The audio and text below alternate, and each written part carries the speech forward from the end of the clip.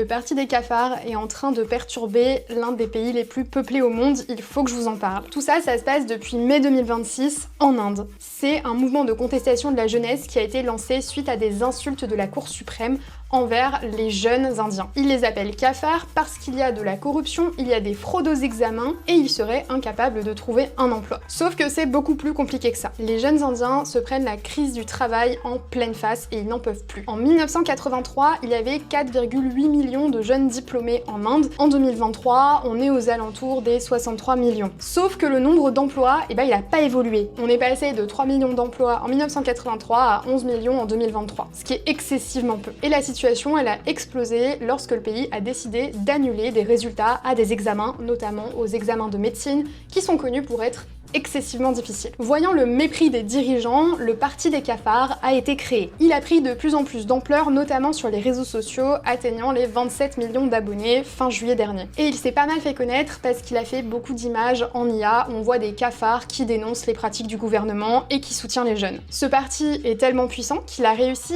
à convaincre les jeunes indiens de descendre dans la rue pour manifester pacifiquement. Sauf que les autorités, elles ont pas répondu de la même manière, elles ont été d'autant plus véhémentes et violentes. Pour vous dire à quel point ça allait loin, le ministre de l'Éducation en Inde a dû démissionner. Pour l'instant, on est encore en attente de futures actualités, c'est une affaire à suivre.